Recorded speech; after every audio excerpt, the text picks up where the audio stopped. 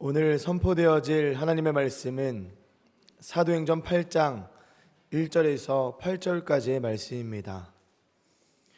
신약성경 199면 정도에 있습니다. 봉독해드립니다. 사울은 그가 죽임당함을 마땅히 여기더라. 그날에 예루살렘에 있는 교회에 큰 박해가 있어 사도 외에는 다 유대와 사마리아 모든 땅으로 흩어지니라. 경건한 사람들이 스데반을 장사하고 위하여 크게 울더라. 사울이 교회를 잔멸할새 각 집에 들어가 남녀를 끌어다가 옥에 넘기니라. 그 흩어진 사람들이 두루다니며 복음의 말씀을 전할새 빌립이 사마리아 성에 내려가 그리스도를 백성에게 전파하니 무리가 빌립의 말도 듣고 행하는 표적도 보고 한 마음으로 그가 하는 말을 따르더라. 많은 사람에게 붙었던 더러운 귀신들이 크게 소리를 지르며 나가고 또 많은 중풍병자와 못 걷는 사람이 나으니 그 성에 큰 기쁨이 있더라. 아멘. 이 시간 할렐루야 찬양대에 찬양이 있겠습니다.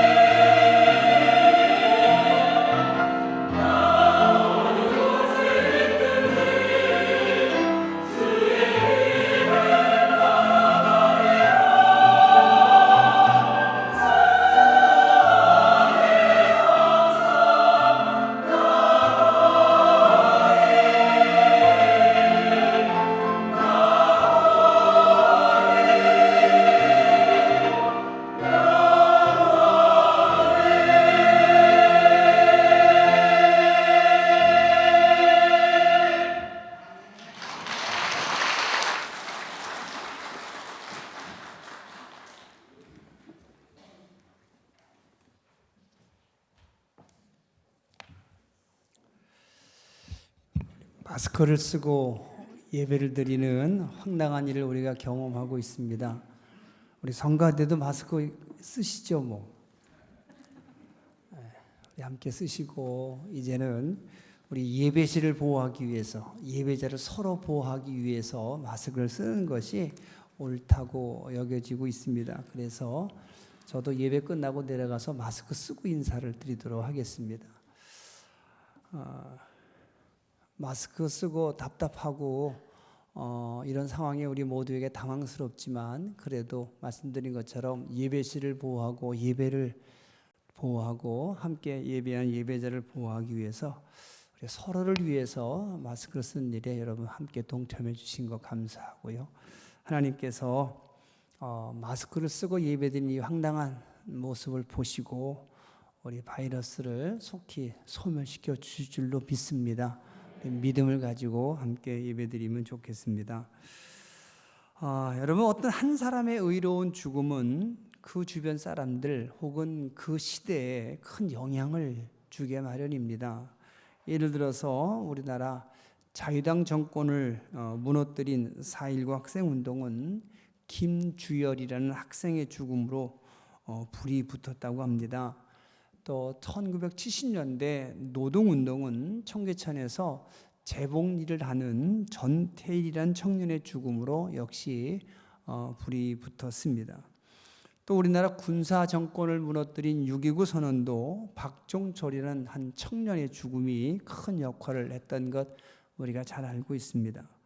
이처럼 한 사람의 의로운 죽음이나 또는 억울한 죽음은 많은 사람들의 마음을 움직이게 마련입니다. 그래서 의로운 사람들의 의로운 죽음은 헛되지 않는다는 말들을 우리가 많이 합니다. 하지만 여러분, 이상하게 오늘 본문은 그렇게 보이질 않았습니다. 십자가에서 달려 돌아가셨다가 예수님 부활하시고 하늘로 올라가신 후에 생긴 첫 번째 순교자가 바로 스데반 집사입니다. 사도가 아니고 평신도였습니다. 집사였던 스데반의 순교는 당시 모든 기독교인들에게 큰 영향을 주기에 충분한 모습이었던 것도 사실입니다. 숨어 있다가 끌려 나와서 죽은 것도 아니고 죽음의 공포 앞에서 살려달라고 애걸하다가 죽은 그런 모습도 아니었습니다. 마지막 순간까지 그 얼굴은 천사와 같았다라고 성경은 기록하고 있고 마지막 숨이 끊어지는 마지막 그의 말이 자기에게 돌 던지는 사람들의 죄를 용서해 달라는 그런 기도였습니다. 적어도 이런 모습의 죽음이라면 스데반에게 돌 던진 사람들이나 구경하던 사람들은 감동을 받아야 마땅하고 마땅히 자신이 지은 죄에 대해서 깨달음과 회개가 있어야 마땅하다고 여겨집니다. 그런데 실제로는 그렇지 않았던 것 같습니다. 오히려 스데반 집사의 순교를 시작으로 기독교가 초대교회가 대대적인 박해를 받기 시작합니다. 스데반 집사의 거룩해 보이는 순교가 돌 던진 사람들을 회개시킨 것이 아니라 오히려 반대로 대대적인 박해의 신호탄이 됩니다. 실제로 스데반 집사의 순교 이후에 많은 성도들이 예루살렘을 떠납니다. 본문 1절의 말씀 보시면 이렇게 기록합니다. 그 날에 예루살렘에 있는 교회에 큰 핍박이 있어 사도 외에는 다 유대와 사마리아 모든 땅으로 흩어지니라.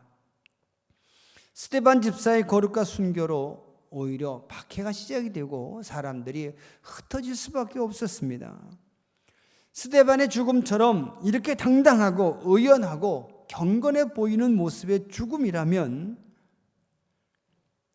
천사의 얼굴을 하고 돌 던지는 사람들의 죄를 용서해 달라고 기도하는 그런 죽음의 모습이라면 그 죽음 이후에 성령 운동이 일어나야 당연한 거라고 여겨집니다. 스데반의 죽음으로 온 예루살렘의 성도들이 숨지 말고 오히려 거리로 뛰쳐나와서 혁명하듯이 예수님을 전하는 전도 운동이 일어나야 당연했을 것 같습니다. 하지만 결과는 반대였습니다. 단지 경건한 몇 사람만 스데반의 장례를 치렀을 뿐이고 사도들처럼 목숨을 건 사람들 외에는 전국 각지로 흩어지고 맙니다. 남아있던 성도들은 사울이라는 사람에 의해서 숨어 있었지만 붙잡혀서 감옥에 갇히고 맙니다. 대대적인 박해가 일어난 겁니다. 뭔가 잘못된 것처럼 보입니다. 스데반의 순교가 아무런 역할도 못한 것처럼 보입니다. 그 스데반의 거룩한 죽음이 헛된 것처럼 보입니다. 도무지 이해할 수 없는 일이 생긴 겁니다. 왜 하나님께서 스데반을, 그 아까운 사람을 순교시키셨는지 이해할 수 없는 모습입니다. 만약에 스데반의 죽음으로 기독교인들이 합심을 해서 교회를 세우고 제사장들과 싸워서 신앙의 자유를 얻었더라면, 마음껏 예수님을 믿으라고 소리칠 수 있었더라면, 초대교회가 성장하고 부흥했더라면 스데반의 순교는 조금 더 헛되지 않았을 겁니다. 하지만 현실적으로 그렇지 못했습니다. 오히려 스데반의 순교로 힘을 얻고 용기 얻은 것은 초대교회가 아니라 초대교회를 핍박하는 유대인들 뿐이었습니다. 뭔가 잘못돼도 크게 잘못된 것처럼 보입니다. 하지만 여러분, 오늘 본문을 자세히 보시기 바랍니다. 그렇게 박해를 받아서 흩어지는 초대교회 교인들의 모습을 보시기 바랍니다. 그 이후에 어떤 일들이 일어났는지에 대해서 여러분 생각해 보시기 바랍니다. 4절의 말씀을 보시면 그 흩어진 사람들이 두루 다니며 복음의 말씀을 전할세라고 기록하고 있습니다. 초대교회 교인들은 비록 흩어지긴 했어도, 도피는 했어도, 집을 떠나야만 했지만 그럼에도 불구하고 도망가서 숨어만 있었던 것은 아닌 겁니다. 두루 다니며 복음의 말씀을 전합니다. 겉으로 보기에는 기독교인들이 박해를 받아서 도피한 것으로 보여집니다. 스데반의 순교 이후에 수많은 사람들이 박해를 받았고 그 박해 때문에 예루살렘에 살 수 없어서 도피한 것, 이건 사실입니다.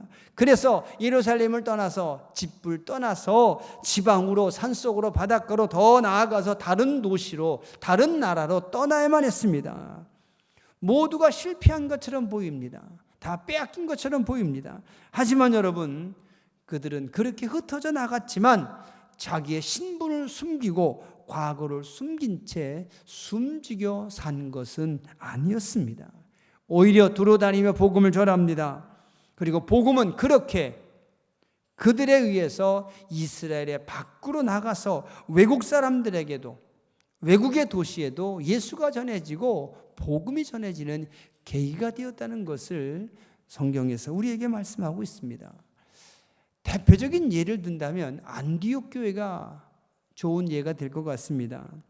안디옥 교회는 외국의 도시에 세워진 초대교회 중에 가장 모범적인 교회입니다. 이 안디옥 교회는 스데반의 박해 때문에 안디옥으로 간 성도들에 의해서 세워진 교회라고 성경은 분명히 말씀합니다. 사도행전 11장 29절의 말씀이 그 근거인데 이 말씀을 여러분 작은 목소리로 함께 읽으시면 좋겠습니다. 그때 스데반의 일로 일어난 환난으로 말미암아 흩어진 자들이 베니게와 구브로와 안디옥까지 이르러 유대인에게만 말씀을 전하는데, 아멘. 이렇게 세워진 안디옥 교회에 사람들이 모이고 교회가 제법 튼튼하게 세워집니다. 그래서 예루살렘의 사도들은 그 안디옥 교회를 목회하게 하기 위해서 밭을 팔아서 헌금했던 바나바를 첫 번째 목회자로 파송합니다. 그리고 오늘 본문 3절에 등장하는 핍박자, 지독하게 예수 믿는 사람들을 잡아서 핍박했던 사울이 나중에 회개하고 개종한 이후에 바로 이 안디옥 교회에서 바나바와 함께 목회하다가 이 안디옥 교회의 도움과 지원으로 유럽에 복음을 전하는 최초의 해외 선교사가 되는 겁니다. 초대교회 역사에 있어서, 해외 선교의 역사에 있어서 정말로 중요한 위치를 차지한 안디옥 교회가 바로 스데반의 순교 이후에 도피한 성도들에 의해 세워진 교회였다는 사실은 결코 우연이 아닌 겁니다. 여러분, 우리는 오늘 말씀에 기록된 스데반 이후에 이루어진 일들을 보면서 두 가지 중요한 영적인 원칙과 교훈을 얻게 됩니다. 첫째로 하나님께서는 실패나 재앙처럼 보이는 고난을 통해서도 하나님의 계획과 하나님의 뜻을 이루어 가신다는 겁니다. 겉으로 보기에는 스데반 집사의 순교가 교회와 선교에 전혀 도움이 된 것 같아 보이지 않습니다. 오히려 박해가 심해졌습니다. 예루살렘 교회가 흩어졌습니다. 스데반의 죽음이 헛된 것처럼 보입니다.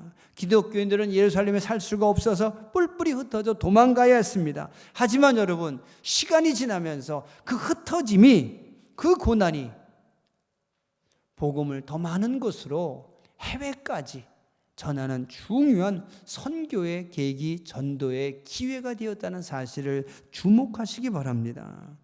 여러분, 때때로 우리 하나님은 사람들이 보기에 실패처럼 보이는 방법으로 일하실 때가 있음을 우리는 알아야 합니다. 성경의 인물 가운데 요셉을 생각해 보시기 바랍니다. 인류 최초의 인신매매 당한 억울한 사람, 아마 요셉일 것 같습니다. 형들의 미움받아서 인신매매를 당합니다. 요셉은 가나안 땅에서 머나먼 이집트 땅으로 팔려가게 되고 그곳에서 한 장군의 집으로 팔려와서 억울한 종살이를 하게 됩니다. 그 억울한 종살이도 부족해서 억울한 옥살이까지 해야 했습니다. 하지만 여러분, 요셉의 인신매매와 억울한 종살이, 억울한 옥살이 분명히 요셉에게는 환난이고 재앙 같고 저주 같은 고통의 시간들이었는데 그 고통의 시간들을 통해서 하나님은 요셉을 이집트의 왕 앞에까지 총리 대신으로 만들었다는 사실을 우리는 잘 알고 있습니다. 그리고 요셉의 그 억울한 옥살이와 종살이는 아버지 야곱을 비롯해서 12형제 모두를 애굽의 비옥한 땅 고센으로 안내했고 그 고센 땅에서 비로소 이스라엘은 거대한 민족을 형성하게 됩니다.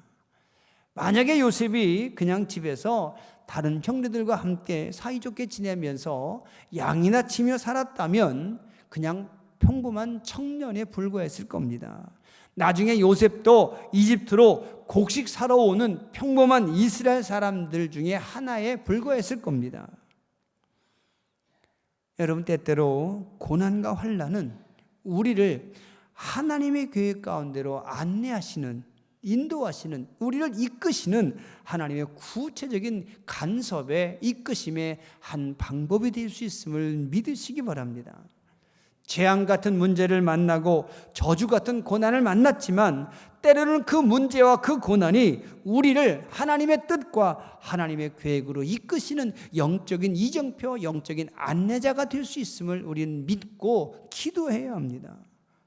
때문에 우리는 어떤 고난과 고통 속에서도 포기하거나 절망해서는 안 됩니다. 고난과 고통 속에서, 문제 속에서, 아픔 속에서 그저 원망하고 불평하다가 절망하고 포기하는 것은 우리 기독교인의 역할이 아닌 겁니다.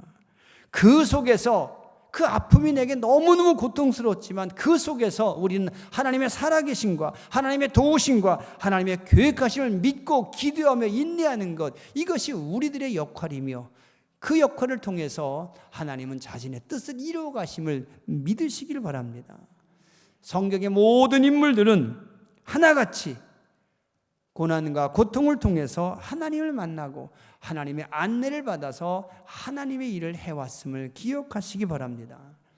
또 한 가지 우리가 이 말씀을 통해서 얻어야 될 영적 교훈은 전도는 내 형편과 처지와는 상관없이 예수를 전하는 것, 이것이 전도인 것을 우리는 말씀을 통해서 확인할 수 있습니다. 전도는 때와 장소가 따로 있는 것이 아닙니다. 전도는 축복받은 사람만, 특별한 뛰어난 은사를 받은 사람만, 그리고 남들이 박수 주는 성공한 사람만 할 수 있는 것이 아닌 것을 기억하시기 바랍니다. 디모데후서 4장 2절에서 바울은 디모데에게 이렇게 권면합니다. 너는 말씀을 전파하라. 때를 얻든지 못 얻든지 항상 힘쓰라. 이 말씀을 표준어 성경의 번역으로 보면 그대는 말씀을 선포하십시오. 기회가 좋든지 나쁘든지 꾸준하게 힘쓰십시오. 여러분, 이 말씀은 무슨 뜻입니까? 하나님 말씀은, 예수는 내 형편에 따라서, 내 처지에 따라서, 내 상황에 따라서 전할 수도 있고 전하지 않을 수도 있는 것이 아니라는 뜻입니다. 내 삶이 자랑스러우면 예수를 전할 수 있고, 내 삶이 실패와 고난 속에 있다면 너무너무 부끄러워서 예수를 전할 수 없다고 생각하는 것, 이것은 잘못된 것임을 이 말씀이 우리에게 분명히 가르쳐주고 있습니다. 여러분, 내 삶의 형편과는 관계없이 하나님의 말씀은 우리의 생명이 되심을 믿으시기 바랍니다. 지금 내 능력, 내 모습과는 상관없이 하나님의 능력은 위대합니다. 지금 내 처지와는 상관없이 하나님의 사랑은, 하나님의 은혜는 영원하다는 사실을 기억하시기 바랍니다. 때문에 우리는 기회가 좋든지 나쁘든지, 때를 얻든지 못 얻든지 꾸준하게 예수님을, 하나님을 전해야 합니다. 4절 이하의 말씀을 여러분 한번 보시기 바랍니다. 빌립에 관한 이야기가 기록되어 있는데, 빌립이 사마리아로 피신 갔는데 거기서 예수님 말씀을 전했다는 내용이 4절 이하의 말씀입니다. 여러분, 사마리아가 어떤 곳입니까? 사마리아는 행정구역으로는 이스라엘이지만 이스라엘 사람들이 이스라엘 땅으로 여기지 않았던 곳이 사마리아 성 아닙니까? 예수님 오시기 전 거의 한 800년 전에 이 사마리아 땅은 아수르의 정복에 의해서 완전히 무너져 버리고, 그곳에 아수르 사람들이 정책적으로 외국 사람들을 이주시켜 살게 합니다. 왜냐하면 내 민족, 내 혈통만을 강조했던 이스라엘 사람들이 그 순혈주의를, 그것을 무너뜨리기 위해서 아수르 사람들이 일부러 외국 사람들을 그곳에서 강제로 살게 한 겁니다. 그렇게 예수님 오시기까지 700년이 훨씬 지난 겁니다. 그 오랜 세월 동안 사마리아 성 사람들은 외국 사람으로 피가 섞여 버렸습니다. 때문에 예루살렘 사람들은 사마리아 성 사람들을 자기 민족으로 여기지도 않았습니다. 예루살렘 사람들은 사마리아 성 근처를 가지도 않았고, 그곳을 지나가야 될 곳이 있다면 멀리 빙 먼 길을 돌아서 갔습니다. 그렇게 예루살렘 사람들과 사마리아 사람들은 서로가 무시하고 서로가 싫어하면서 지낸 지가 수백 년이 넘었습니다. 그런데 빌립은 그 성에 갔고, 그 성에 가서 예수를 전합니다. 여러분, 생각해 보시기 바랍니다. 전도자 빌립의 형편도 전도하기에 결코 좋은 상황이 아닙니다. 저 전도 대상자 사마리아 사람들도 훌륭한 대상은 결코 아니었던 겁니다. 하지만 빌립은 그 사마리아 성에서 사마리아 사람들에게 예수를 전합니다. 예수님을 진심으로 사랑하는 사람이라면, 예수님을 자랑하고 싶은 마음을 감출 수 없는 사람이라면, 여러분, 자기 처지 상관없이, 대상 상관없이 예수를 전할 수밖에 없는 겁니다. 내 속에 계신 예수님이 정말로 자랑스럽다면, 그 예수님에게서 받은 사랑이 너무너무 감사하다면, 그것을 감출 수 없어 전하는 것이 전도라면, 여러분, 때를 얻든지 못 얻든지, 기회가 좋든지 나쁘든지 전할 수밖에 없는 겁니다. 여러분, 빌립의 경우를 생각해 보시기 바랍니다. 저는 생각해 봅니다. 빌립이 사마리아 성에 가서 어떤 말로 전도했을까? 하나님의 능력에 대해서, 하나님의 계획에 대해서, 예수님의 살아계심과 예수님의 능력에 대해서 어떤 말로 전했을까? 생각해 보면 딱히 설득력 있는 그럴듯한 논리를 말하지 못했을 거라고 생각이 됩니다. 여러분, 빌립이 지금 어떤 상황입니까? 핍박을 받아서 박해를 피해서 도망 나온 신분입니다. 자기가 전하는 예수는 어떤 예수입니까? 불과 몇 달 전에 십자가에 못 박혀 죽은 사람입니다. 사형수로 낙인 찍혀서 죽은 사람입니다. 그리고 최근에는 그 무리 중에 한 사람이 돌에 맞아 죽었습니다. 사람들에 의해서 돌에 맞아 죽었습니다. 그리고 쫓겨왔습니다. 어느 것 하나 사람들에게 내가 예수 믿는 사람입니다, 내가 이런 사랑받고 있습니다, 나를 하나님의 사람으로 세우신 하나님이 이런 능력의 사람입니다, 이런 능력의 하나님이십니다 라고 말할 수 있는 그런 근거가 하나도 없는 상황 아닙니까? 도망가서 숨어 있어야 되는 상황이 빌립의 상황이었던 겁니다. 그런데 빌립은 예수를 자랑합니다. 도대체 어떤 말로 어떻게 설교했는지 잘 이해할 수 없지만 빌립은 예수를 전합니다. 그랬더니 여러분, 놀랍게도 하나님께서 그 빌립과 함께 하십니다. 귀신 들렸던 사람들을 고치고 중풍병자와 안진뱅이를 고칩니다. 그리고 사마리아 사람들이 한 마음이 되어서 빌립의 말을 듣고 저를 쫓았다고 성경은 말씀하고 있습니다. 그 사마리아 성에 큰 기쁨이 있었다고 성경은 말씀하고 있습니다. 여러분, 이 사실을 눈여겨보시기 바랍니다.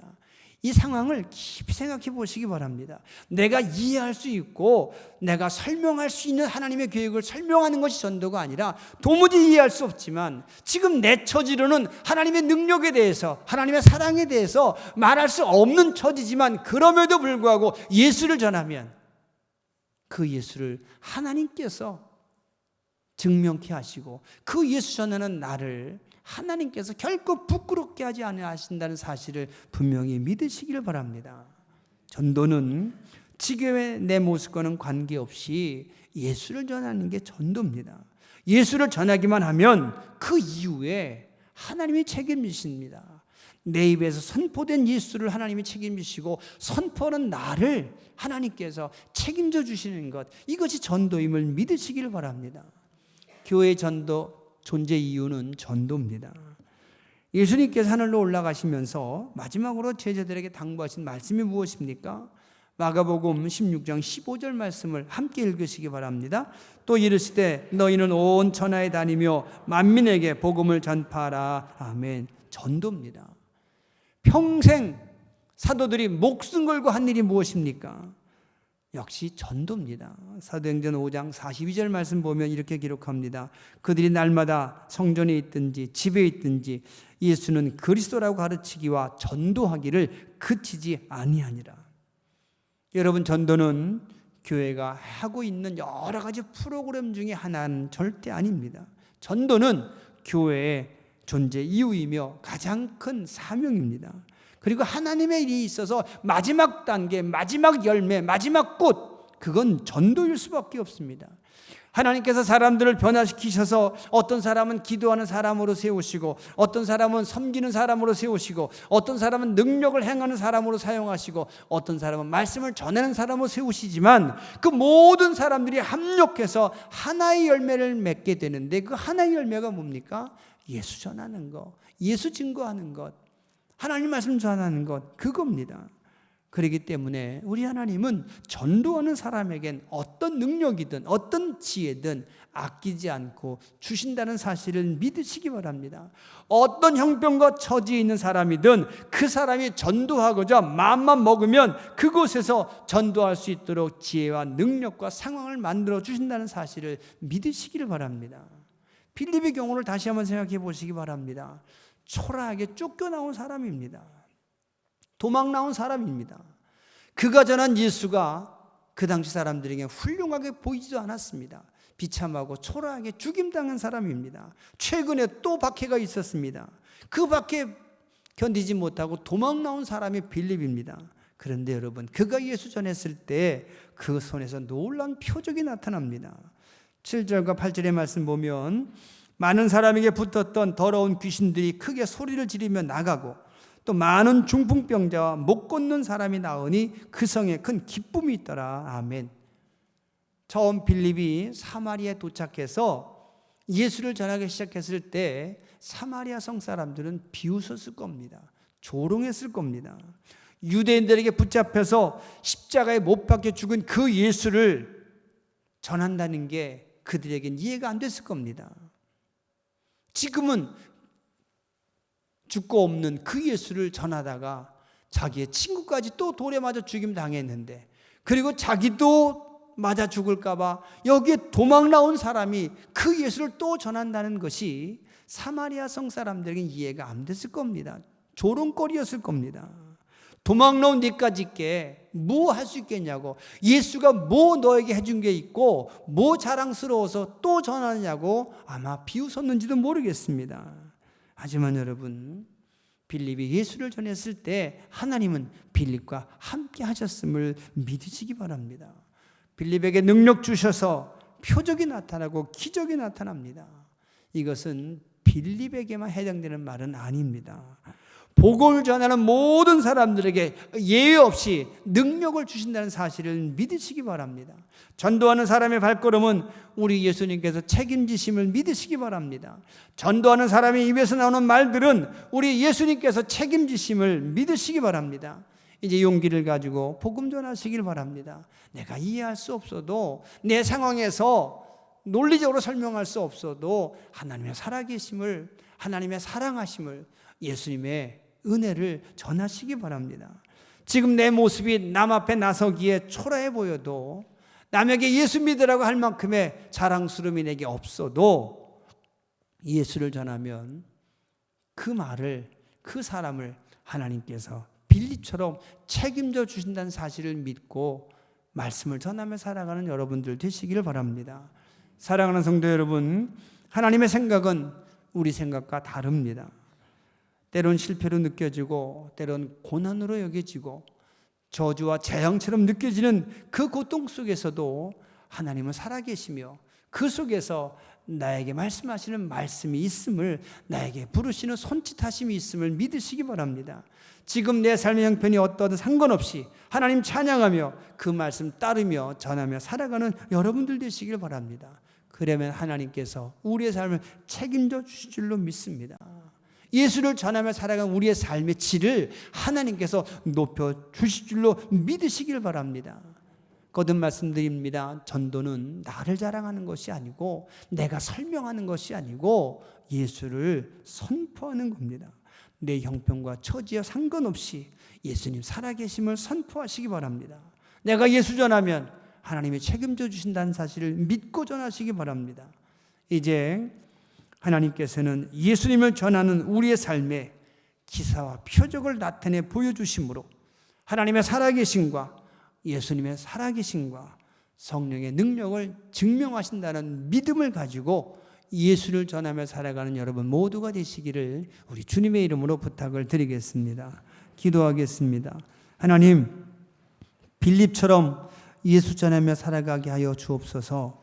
빌립처럼 지금 내 상황이 예수 전하기에 유리한 조건은 아니어도, 남 앞에 나서기에 부끄러운 모습이라 할지라도 예수 전하면 하나님께서 책임지심을 믿고 예수 전하는 우리 모두가 되게 하여 주옵소서.